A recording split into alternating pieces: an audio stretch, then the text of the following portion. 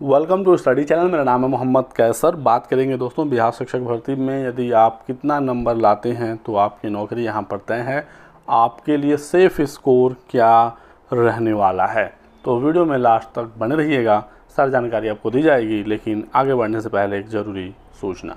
बात करेंगे बिहार शिक्षक भर्ती की इस बेस्ट बुक के बारे में जो चक्षु प्रकाशन की तरफ से आता है। बीपीएससी द्वारा दोस्तों आपको पता ही है कि 1,70,000 पदों पर शिक्षक भर्ती आ गई है और इस बुक की सहायता से आप इस एग्ज़ाम में काफ़ी बेहतर कर सकते हैं। यहाँ पर 25 प्रैक्टिस सेट हैं और 2450 से ज़्यादा बहुविकल्पी प्रश्न दिए गए हैं। तो प्राथमिक, माध्यमिक और उच्च शिक्षक भर्ती के लिए भाषा की पुस्तक के साथ साथ प्राथमिक शिक्षक भर्ती की गाइड भी अवेलेबल हो चुकी है। यदि आपको ये बुक लेनी है ऑनलाइन तो डिस्क्रिप्शन बॉक्स में लिंक दिया गया है। यदि आपको ऑफलाइन मार्केट से ये बुक लेनी है तो आपको इजीली वहाँ पर भी अवेलेबल हो जाएंगी। तो दोस्तों देख सकते हैं ये है ऑफिशियल नोटिफिकेशन बिहार लोक सेवा आयोग का, और यहाँ पर हम डिस्कस कर रहे हैं कि सेफ स्कोर क्या होने वाला है इस भर्ती में। सबसे पहले बात करेंगे प्राइमरी के लिए प्राथमिक शिक्षक भर्ती की, क्योंकि इसी को लेकर सबसे ज़्यादा छात्र पूछ रहे हैं। क्योंकि इसमें अदर स्टेट वाले भी स्टूडेंट अप्लाई कर रहे हैं। सीटेट पेपर 1 पास छात्र किसी भी राज्य का हो फॉर्म भर सकता है। टीजीटी और पीजीटी में प्रॉब्लम ये है कि उसमें एस्टेट मांगा गया है और एस्टेट वाले छात्र दूसरे राज्य के नहीं हैं, तो सिर्फ बिहार वाले ही छात्र टीजीटी पीजीटी में आवेदन कर रहे हैं। और उसमें ज़्यादा समस्या भी नहीं है क्योंकि आवेदन काफ़ी कम है और सीटों की संख्या टीजीटी और पीजीटी मिलाकर 90,000 है, तो उसमें आराम से हो जाएगा सबका। यदि आप मिनिमम पासिंग नंबर को पास करते हैं, थोड़ा सा भी अच्छा आपका स्कोर है तो आप नॉर्मली सेलेक्ट हो जाएंगे। कॉम्पिटिशन है प्राइमरी में और इसको लेकर हम लोग देखते हैं चीज़ों को बिल्कुल डिटेल में कि कितना नंबर यहाँ पर आप लाते हैं तो आपकी नौकरी प्राथमिक में लग जाएगी। अब सीटों की बात करें तो कुल जो सीटें हैं प्राइमरी में वो लगभग 80,000 हैं। 79,443 79,443। और इसमें बात करें तो सामान्य जो सीटें हैं इसी पर ज़्यादातर छात्र आवेदन कर रहे हैं, क्योंकि यहाँ पर उर्दू की भी कुछ सीटें हैं जिनकी एलिजिबिलिटी होगी उर्दू में वही इसमें आवेदन करेगा, और जो बांग्ला में होंगे वो बांग्ला में आवेदन करेंगे। हालांकि इसकी सीटें कम हैं। टोटल की बात करें तो आप देख सकते हैं ज़्यादा सीटें नहीं हैं। ज़्यादा सीटें 67,066 सामान्य वाले ही हैं, जो डीएलएड वाले छात्र नॉर्मल हैं जो इसमें आवेदन करने वाले हैं।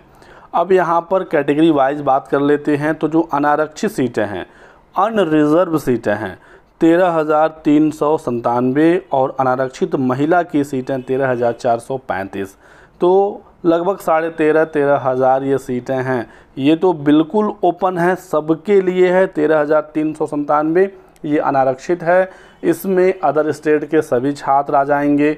बिहार के जो अनरिजर्व छात्र हैं वो इसमें आएंगे।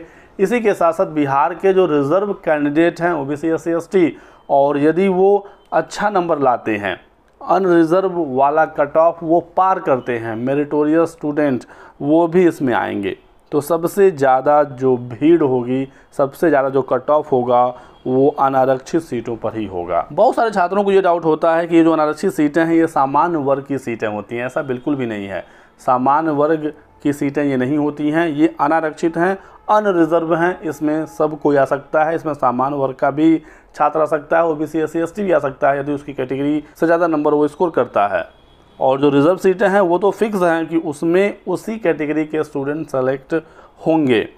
अब यहाँ पर दोस्तों एक डाउट है, वो ये है कि ये जो अनारक्षित वाली महिला सीट है इसमें अदर स्टेट की महिलाएं आएंगी या नहीं, या फिर सिर्फ बिहार की महिलाएं ही इसमें आएंगी। चूँकि नोटिफिकेशन जब जारी हुआ था उस समय इस नोटिफिकेशन में, इस भर्ती में सिर्फ बिहार के छात्र ही एलिजिबल थे। तो उस समय तो ये 100% था कि अनारक्षित महिला का मतलब बिहार की सिर्फ अनारक्षित महिलाएं, यानी सामान्य वर्ग की महिला छात्र, उनके लिए ये सीटें थी। लेकिन अब अदर स्टेट के छात्र भी एलिजिबल हैं, तो जो मेल कैंडिडेट हैं वो तो इसमें आएंगे ही आएंगे जो अनारक्षित वाली हैं। लेकिन अनारक्षित जो महिला सीटें हैं इसमें क्या अदर स्टेट की महिलाएं आएंगी, क्योंकि इसको लेकर कोई क्लियर नोटिफिकेशन जारी नहीं किया गया, कोई स्टेटमेंट भी ऐसा नहीं आया जिससे ये पता चल सके कि यूपी की महिला या किसी भी राज्य की महिला इस वाली सीट में एलिजिबल होगी। यदि वो आ जाती हैं तो फिर काफ़ी बेहतर होगा और अदर स्टेट की महिलाओं को नौकरी पाना आसान होगा, लेकिन बिहार की महिलाओं के लिए तब मुश्किल बढ़ेगी।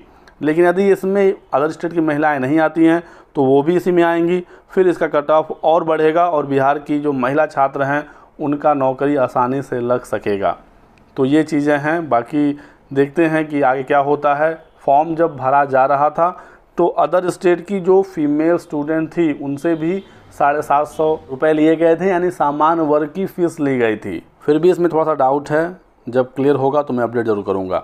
इसके बाद EWS की यहाँ पर सीटें हैं जो रिज़र्व की गई हैं, लेकिन EWS में महिलाओं के लिए भी अलग से सीटें हैं। तो पूरा जो ये भर्ती है 50% सीटें महिलाओं के लिए आरक्षित है। और यहाँ पर देखेंगे अत्यंत पिछड़ा वर्ग है, फिर अत्यंत पिछड़ा वर्ग महिला के लिए अलग से सीटें हैं, फिर पिछड़ा वर्ग है, पिछड़ा वर्ग महिला के लिए अलग से सीटें हैं।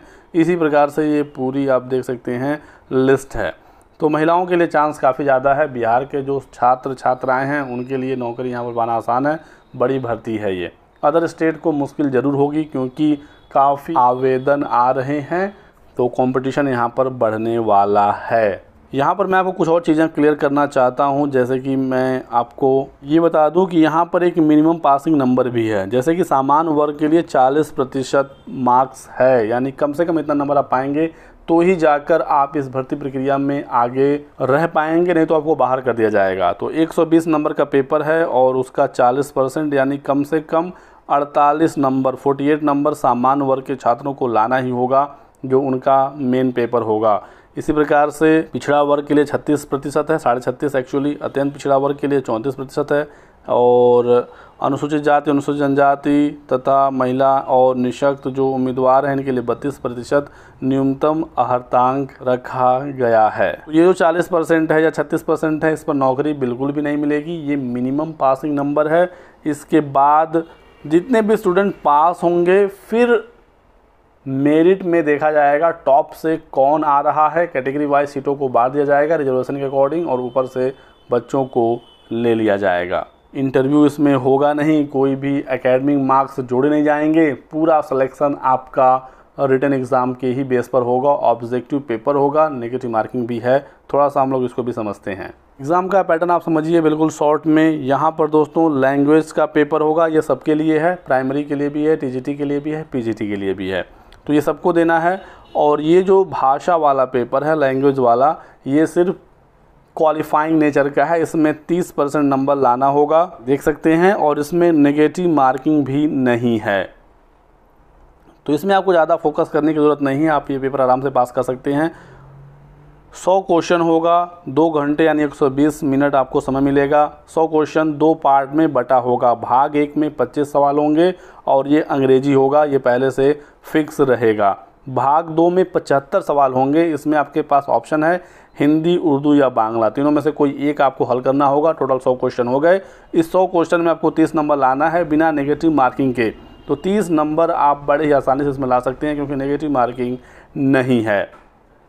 जो आपकी मेरिट बनेगी दोस्तों वो इस वाले पेपर से बनेगी, सामान्य अध्ययन से। ये पेपर सिर्फ और सिर्फ प्राइमरी के लिए है, यानी 1 to 5 के शिक्षकों के लिए है। यहाँ पर 120 सवाल आएंगे और इसी 120 में से 40% सामान्य वर्ग का पासिंग नंबर है, यानी 48 नंबर। तो ये चीज़ आप समझते रहिएगा। 120 क्वेश्चन और 120 मिनट, 120 मैक्सिमम मार्क्स भी है, तो एक क्वेश्चन यहाँ पर भी 1 नंबर का है। अब इस 120 क्वेश्चन के लिए क्या क्या पूछा जाएगा, तो इसमें मैथ्स भी है, रीजनिंग है, सामान्य जागरूकता, GSG के विज्ञान, सामाजिक विज्ञान, राष्ट्रीय आंदोलन, भूगोल, पर्यावरण, तो यानी कि लगभग सारी चीज़ें इसमें हैं।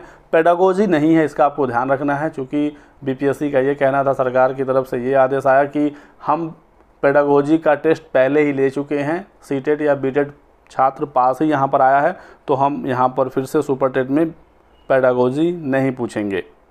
और TGT PGT के लिए भी यहाँ पर एग्ज़ाम पैटर्न है, आप चाहें तो देख सकते हैं। और भाषा वाला पेपर सबके लिए कंपलसरी है। तो इसी 120 में ही पूरा फाइट है। इसमें आप जितना मैक्सिमम स्कोर कर लेंगे, आपकी नौकरी लगने के जो चांस है वो सबसे ज़्यादा रहेगा। तो आ जाते हैं फिर से हम लोग फर्स्ट पेज पर नोटिफिकेशन के, जहाँ पर सीटों का बंटवारा किया गया है। और यहाँ पर दोस्तों मेरा ये मानना है, यदि आप अनरिजर्व कैंडिडेट हैं, यानी कि आप किसी भी राज्य के छात्र हैं और आप 120 में 80 नंबर लाते हैं, तो आप बिल्कुल कंपटीशन में रहेंगे और इस भर्ती में आपका सिलेक्शन हो सकता है।